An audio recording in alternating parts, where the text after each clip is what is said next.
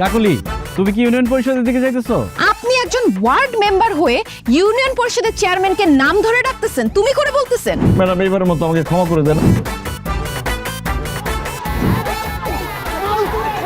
গ্রামবাসী, আপনারা সবাই শান্ত হন। রিলিফের চাল কে চুরি করছে সেটা আমরা জানতে পারছি। চোরের বাচ্চা, চোরের নাম তাড়াতাড়ি বলেন। 2 নাম্বার ওয়ার্ডের মেম্বার বশির হাওলাদার। ম্যাডাম, আমার একটা রোগ আছে, ঘুমের মধ্যে হাঁটি, ঘুমের মধ্যে চুরি করি। আমার মনে হয় আমি এটা ঘুমের মধ্যে করে ফেলাইছি ম্যাডাম।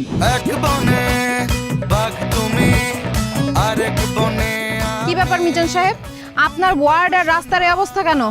আমি ওয়ার্ডের মেম্বার হইলেও এই রাস্তার কাজের টেন্ডার পাইছে এই বসি সাহেব।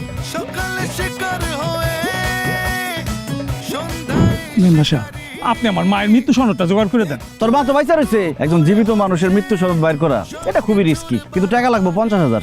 খবরদার, তার সামনে তুই কোনো কথা বলবি না, তুই খালি কানবি। এই 2 লাখ টাকার লোভে এরকম বিড়ি হয়ে অসহায় মেয়েটা তুই তালাক দিবি?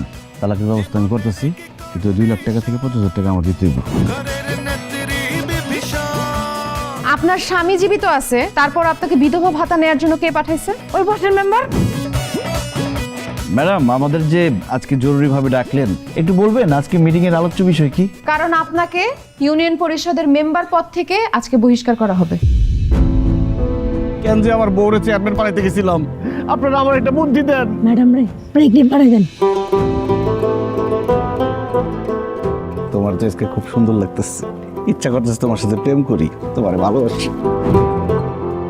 দেখো, ইউনিয়ন পরিষদে কতগুলা কাজ করছি, বাড়িতে আসার পর থেকে তুমি থালা বাটি কতগুলো কাপড় চোপড় ধোয়াইলা, রান্না বান্না করে তোমার খাওয়াই পর্যন্ত দিলাম। আমার এখন আর শরীরে কুলাইতেছে না, আমি পারবো না।